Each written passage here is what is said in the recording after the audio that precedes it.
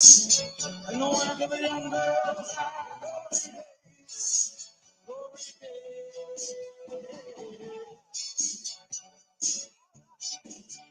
was a girl that lives up the block back to school. All right. Good morning. Good morning. Good morning. It's 6:32. It is July 17th. It is Hump Day, Wednesday. Take a look at the disclosure and let's get to it. All right. My name is Scott Redler. I'm the Chief Strategic Officer of T3Live.com. Welcome to today's 6:30 Club, where we go over what's happening, the rotation, the trends, the breakdowns, etc., and just try and make money every day and figure out how to stay sane in an unsane world, because lately it feels like some things are a little insanity out there. But anyway, what could you control? My podcast said you can control a random act of kindness every day. If you do one random act of kindness every day, maybe you make a better difference than complaining and ranting about the things that you don't like. But anyway, let me say hello to some of my dogs around the world. Who do we got? We got Scotty Gids in the house. Morning. What up, Scott? Let's go. We got Mikey from the VTF, who adds a lot of value, and Allie and It's and Space. What up? What up? We got Blair. Always front and center, nice and consistent. I love consistency. Jay tweeting. We got Tony Wallace. Tony Wallace. Anyway, hopefully everyone's feeling good and figuring it out. Last Thursday, you've heard it 1,000 times in the media. You had the big switch, the CPI rotation, which I think a lot of us did pretty well with. A lot of us, were long the XBI calls and the IWM calls last week, kind of short the SPYs and the Qs. And the first few days of a move, to me, are the easiest because you could stay with it. But then once you get to day 4, day 5, it gets a little trickier, so we'll get into that. But bottom line is definitely some things to see. Like if you look here at the chart, let's go to the chart of the SPYs. Like look here, chart of the SPYs closed basically by the 565 area, above the 8-day, trending along, obviously up a lot. Not giving you a get out of Dodge signal, okay? But then you look at the Qs, the Qs since last Thursday, gave you this really wide range bar, and B, you have a high, a lower high, and another lower high. So right there, this is telling you that tech is lagging, which doesn't take a genius to see. So if you had to be short something, maybe you short some Qs, maybe you short some Q puts, okay? And then also, since June 20th, the red dog top in the semis. Now, I did kind of call a top there. You had this break right here. If you remember, I was on with Liz Claim, and you had a false breakout back there. And this, look where it is consolidating and lagging. So the semis also, so the SMHs and the Qs, which have been, the go-to crazy leader, you can't be without them, are consolidating. They have huge gains. And then, you flip the coin, and you have the IWM, a rocket ship. But I remember right here is when we were tweeted, I'm like, guys, the IWM has a nice wedge forming. It's going to resolve based on the CPI. Why not take some, what was it, 202.50s for like $1, and a half. Now, we did stay with a bunch of them. I probably got out on this day. I'm not going to lie to you. I held for these 3 days, and it was awesome. Did not short once on this day, and I did actually start fading a little bit yesterday. So I got to figure that out. But I'm selling premium, so I'm collecting premium, and I'm not just shorting the IWM. And ultimately, it does feel like it's going to go higher. But again, at a 90-degree angle, it's hard to sustain for anything. So, but then you go down back to the weekly chart, and you'll see, basically, you can only map out points of reference. And right now, there's 219, which could have been a spot, blew through. So now you have this 225 issue, which is pretty much 50% into this, this volume shelf that they call it. If this doesn't pause here today, chances are there's really nothing up till 232. So if you were rolling up shorts for 3-4 days, you better be careful. So anyway, I am a little net short, and what I might do is, depending on how it goes here, because I might buy some, and then this way, if it goes up, I don't lose on my premium, and if it goes back down at 224, I get out, and then I collect everything. But anyway, ultimately, why can't it get back into this zone? Just does it have to do it as fast as possible? So I was just, basically talking to my, my really good friend Petey, who's been doing this for a long time. I'm not going to tell you his age, but it's up there. It's the age of the computers. It's the age of let's go up as fast as we can. Let's go down as fast as we can. It's not sales traders, it's computers, it's algos, and they just are programmed to do, whatever relationship they want. That's why it's our job to figure out that relationship.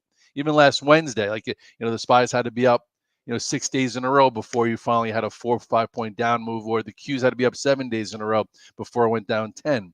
So they want to drag everybody to the limit. So anyway, don't be that guy that does things in no man's land. We talk about no man's land. Like, you don't want to be in no man's land, because chances are when things start to, go the way you think it's going to go, you're not there because it already squeezed you out too much. So listen, guys, in tech has been, mega cap tech has been the bread and butter of the year.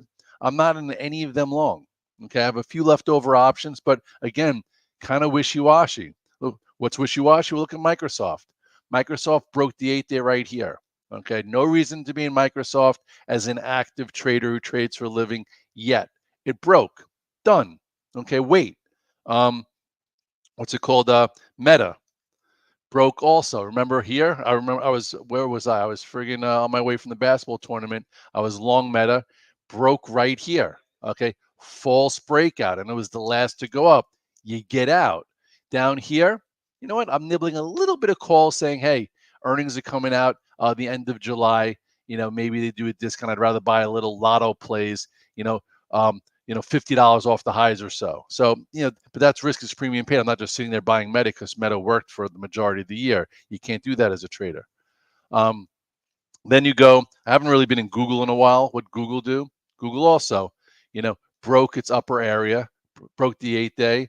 Yesterday they sold strength. So, even so, Google is not saying, hey, it's not trending the way it's been. It's actually, it could work lower. So when that's the case, you have to, know how to stick and move and pivot as a trader. Amazon, we had a great trade, and then I lost money also. Amazon was an awesome trade right here at this 189 area. I think a lot of us made 4x, 5x on those options on this nice 2-day move. It even gave you a little buyable retest, and then, the market faltered, tech faltered.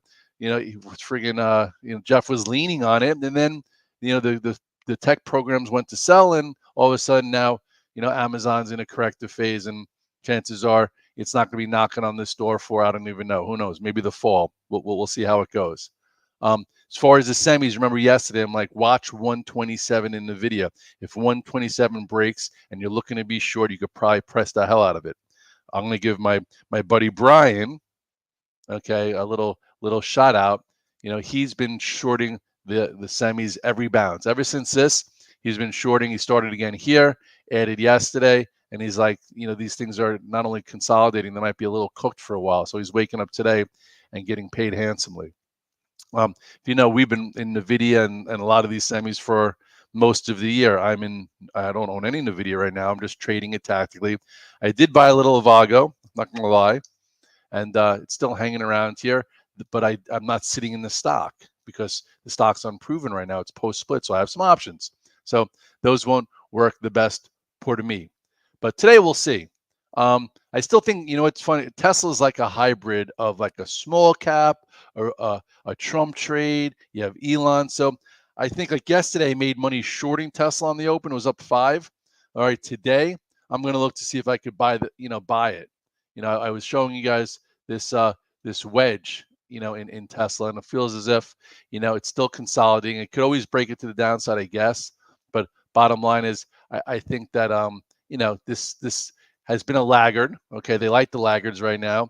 So right here, we've been kind of navigating it tactically. We talked yesterday with I talked with DP. I talked with Derek, a lot of the T3 guys, T3 Live guys who run rooms. We talk about the difference between a big money trade, which was down here, and then we talk about, you could be long or short without loving the stock either which way, and that's what this has been. For now, what's Tesla doing? Tesla's probably down 4 or so. It's down 4, yes. So maybe, this is 252. What's this low here? This low yesterday was 245. So if you're looking for something to do cash flow wise, out of the big caps, or not even big caps or mega caps, or I don't even know what they consider Tesla anymore. bottom line is, maybe you could be a buyer here for some cash flow. So I'm going to kind of look at it, for cash flow. I'm not playing space. I'm not playing Netflix into numbers tomorrow. I really don't give a crap, to be honest. Thoughts on Intel action pro U.S. chip move? Yeah, let's see Intel. I haven't looked at that in a while. You had this first trade that we were looking at in Intel back on July 5th, and it kind of is going sideways here. And maybe, maybe I don't know if it, we'll see what basket's in. So it wasn't in the strong basket as far as chips are concerned, but now it's kind of coming off Lowe's basket. What's it doing today? Is it up today while all the other semis are down? It's only down 15 cents. That's a decent thought. It just might be caught in like a computer basket. It wasn't caught in the, the awesome big time trade basket, which is what a lot of the other semis were. So maybe it's worth a look. You had your first move consolidation. Maybe there's another look. So, that's something interesting. They were trying to shield Trump's head with the bare hand after the incident when they were moving him off stage. What does that mean? All right. Anyway, yeah. So SOX. Yeah. So my guy's long a few thousand of these. That's pretty good. I'm not long a few thousand. I'm in it as a just as a trade also. But we'll see what that does. Remember this trade we had up down there. It's still still built to go to zero probably, but at this point, where could it go? Yeah, it went to what did it go to last time? Went to 2350-ish. So somewhere in here. Gold broke out yesterday, very strong. So new high, great trade for a lot of people out there. Continue to manage it. I am in silver, which isn't as great, but I'm going to stay with it, and we'll see how it goes. Silver is more of like an economy trade, not a deficit trade. It's not one of those, so it's lagging a little bit. But sometimes they flip that. So silver to me had a nice little wake up day. I'm in options for 2 weeks from now, in case it wants to really go and take this out. Bitcoin's been acting better. So Bitcoin, I'm in the IBIT. I bought a lot of coin yesterday. That was a good trade. Bitcoin's up a little bit, back in this range. Everyone, loves this range. Thank goodness I bought Bitcoin in the bottom end of this range this time, and I will get a little smaller. It's got a little bit more of this void to fill, and I do think at some point it takes this out. I don't know when. I'm thinking Bitcoin. Obviously, a lot of people say 80,000, 100,000, 150,000. At this point, it's been in a hell of a range. So when it does go, make sure to jump on that bandwagon, because if you think the IWM had momentum, and went far and fast, when Bitcoin goes and everyone has all these new ETFs and accumulated it, it's going to go nuts. But it hasn't gone yet, so you have to be careful. You have to wait. I'm long coin calls, which also could work its way back up. So I bought a lot of calls yesterday, like $4, and I sold some at 6, 7, 8. Maybe I'll buy some again. If Bitcoin wants to go above 71,000 to 85, this is going to be well above 263, 283. Yeah, some guys played Mara. Mara was really good. Look at that 2-day big move. Started right here with a day 1, day 2, day 3. What's Mara doing this morning? Mara. It's down 39 cents. So maybe there's a buyable dip there. Some people think that CLSK is a little bit more quality, which could be. Look at this. Look at this channel. So all you've been doing is going up and down this channel. So at some point, maybe it rests a little bit and then takes this out and takes that out. If you look at the weekly chart of this stock, very interesting. That's a big time bull flag. It's been going pretty much since February. It's been right in here. So interesting. But some people are like, well, why we should add it off 6. I'm like, okay, that trade happened, and now you have a new trade potentially here, and that's if Bitcoin's going to finally get going. So we'll, so I don't know, do some work on this stock. It feels as if, this has better fundamentals than, let's see the weekly chart of Mara. Yeah. So nice day 1 on the weekly too. So maybe, again, some of these things could continue to trend. So you gotta kind of figure out where the money's going, and your go-to list has to change. Like mega cap tech has moved down the go-to list. It just has for now. It can come back up, and so do the semis. I look at them, I trade them. Somebody's asked me, Red Dog, why are you in Beyond? I don't know. It's a small cap. 38% short interest, and you had a day one yesterday. So look at that. This little candle. I remember playing this way up. So maybe there's more. This is the daily chart. So I'm in a little bit of Beyond Meat. Maybe it goes from red to green and pushes. I'm also in a little bit of GME, believe it or not. Looks like it, woke up a little bit. I have some options on, not to stock. It was up $1 last night, and now it's, a little muted. But anyway, so I'm just trying to do different things that potentially can work. At this point, what's the SPYs doing right now? The SPYs, I think, are down 4. SPYs, yeah, down 4, 560. It's not the end of the world. The Qs, this 490 is big. Why is it big? Because right here, this was the low from Thursday, right? Right here. If this were to break this little area this morning and get below and stay below this 491-ish, chances are, it's going to at least see the 21 day, and then you have lots of room below. This big bearish engulfing bar, it did pierce a little bit, but again, lower high, lower high, lower high, while the SPYs went back to highs. So it showed you should not be in the Qs. Cat room to run. I haven't looked at Caterpillar in a long time. I know everyone's like, oh, it just had a big move. Wow. Here's the thing, guys. You have to figure out how you can enter things responsibly. Okay. And how are you going to do it? Like Caterpillar right here. This was your red dog reversal. That was your little clean out play. Then you had 3 candles like this. This should have been your day, or right here. This was your day to play Caterpillar through, this downtrend. And now after 1, 2, 3, 4, 5 up days, makes it harder. I don't know what it's doing this morning, if it's up or down a little bit, but again, it's down $1.10. As a trader, you have to figure out the best way to enter, and that if you're going to chase something, you better know that you're buying it wrong. You just want to engage it, and you want to be in a position where you could accumulate it a little bit better. Someone asked me SOUN. I've been in it since 420. This is a small cap, but it's also in kind of like the AI semi basket. So I had a lot of size here. I trimmed some. I bought some. I'm in a tier 1. I'll give it to this. It's giving me no reason to get out of it yet. So if it were to break 522, chances are I get out of it because it's not acting special anymore, and it's something I don't need to massage. But we'll see.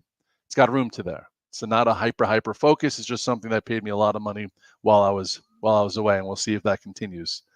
What else? GME up 24 cents. Yeah, like a lot of the same. Deere is probably doing the same thing as Caterpillar. Actually, not really. It looks Caterpillar. Look at that. Caterpillar looks a lot cleaner than Deere. So if you were going to pick one or the other, I would pick Caterpillar over Deere. I haven't looked at this in a while. Obviously, whenever you see the old lines, it's just been out of play and it's a whole lot of nothing. So anyway, if you look at this Deere now, it's coming right into the moving averages right there. So this would probably be a spot where likely it should pause.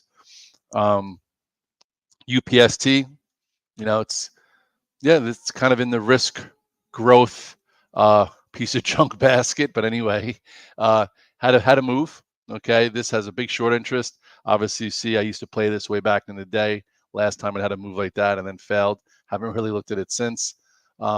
It cleared this spot. It cleared the moving averages. You would think it has some room if this, trade wants to continue. So, all right. What's it doing this morning? UPST. It's down 33 cents. So what's my focus today? Okay. I have to obviously manage a bunch of things. I kind of think out of all the tech names, or whatever you want to call these things, mega cap tech, or Mag 7, I would think that Tesla's worth a look. Okay, if you get a signal, what's a signal? Well, the market keeps going lower, Tesla doesn't go lower, puts in a pivot, maybe you could buy versus that. I saw that yesterday on the other side. I was shorting Tesla. So Tesla's on the radar. Apple, we made a lot of money in Apple, and I'm not in Apple now. I'm not, which is great. When did we buy Apple? We bought Apple this day, huge, and basically trimmed most. Then when it rebuilt again here, also made really good money. I've been out of Apple pretty much since right around here. So I haven't been in for this little moshy mess. It's been acting better, but some people are like, hey, Apple's been acting better. Are you looking to buy it today? with all the China rhetoric, meaning like, the reason why a lot of the chips are down besides ASML's revenue guidance disappointment, Trump's talking about tighter restrictions on chips. There's talk from a Bloomberg article. So to me, my little antenna says, hey, well, Apple has a lot of China exposure. And although I know Tim Cook has a good relationship with China, maybe this one that's been holding up better than all the other mega caps plays some downside catch up. So to me, I am not in a rush to be buying Apple. Okay, Apple's down 4 and change. It's been great. We had a lot of great trades there. And bottom line is it's already below this. Where's the 8-day? 229. So this could be a spot, but if they want to sell tech and if they want to continue to, rotate and have some sources of funds, Apple that just hit 237, after this move and after this bull flag, what is it, 17-point move, yeah, I wouldn't be in a rush. But anyway, so with that being said, Tesla, remember the EV group, Rivian. Yeah, Rivian was a great trade. Rivian was a power play. We a lot of guys had it luckily into that news with Volkswagen. Some waited for a calculated trade versus gap here, and now it's just been trending higher. So we say when the dog is barking, the tails can wag. Well, Tesla's been barking a bit and making some progress. So some of the smaller EVs have been acting better, like a Rivian. When Tesla's broken and not acting well, and people are pissed, it doesn't matter what Rivian does or Lucid or any of those guys. So this has been acting okay, and it's in the small cap world, and people are shorted and et cetera, et cetera. So this has started a nice new active sequence, and you'll see if that continues. I don't think Tesla's going to be affected by the China policy. They've already said that they approved those vehicles, and Elon is different, than Trump. But anyway, that's just a thought. All right, guys, it's 6:54. I'm already running late. We'll see what happens today. I definitely think if you haven't bought the small caps, okay, you do not buy the IWM today. You missed your move, and if you're short them, just know what you can handle and know that, figure out where you started. As far as the Qs, again, I would look at this spot. Remember, it's get below and stay below. Okay, if it doesn't get below and stay below, it's a kind of a fake out trade. But if it were to get below and stay below this, 490-ish or 491, chances are there could be another leg down, and then we'll see, does money rotate or does it bring out sellers everywhere? So I would make sure this 490, 491. If that misses that right away, it could be, at least 487-ish. On the SPYs, what your first level could be yesterday's low, which is right here. Okay, this is 562, which is already below. And then the 8-day is 558-ish. So actually, what's this low? This low is this low is 559.63. So see what the story is there. Either which way, hopefully you have some risk down. Hopefully you're taking your trades. We've been tactical on the semis for a while. We've been tactical on Texans last week. We made really good money in the first start of the rotation. Now it's getting a little harder on the IW, and XBI was a great trade too, right? 3 different times I told you guys I was buying the 93s and 95s, 93s and 95s. And here you are at 102. I'm down to very small. Oh, there is a chance. You know what? Somebody's like, hey, what about XLE now? It's like the forgotten sector. I'm like, you know what?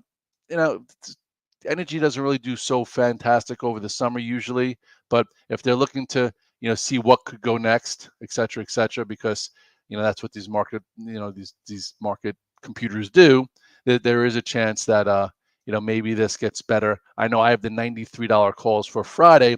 What I might do is I might go out one more week to see, because again, they were trying to go after the sectors that don't do as well or didn't do as well. So this is another one. But the XLE had a really nice, move prior, better than most sectors. So it's really not in the unloved like a KRE. Look at this KRE move.